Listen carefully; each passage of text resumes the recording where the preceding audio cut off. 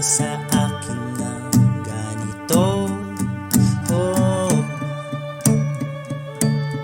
ang pagmasdan ka sa malayo. Kapag kinausap, walang masagot,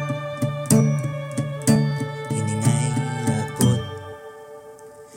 Hindi ko naman yata ikamamatay kung hindi ko mahawakan ang iyong kamay.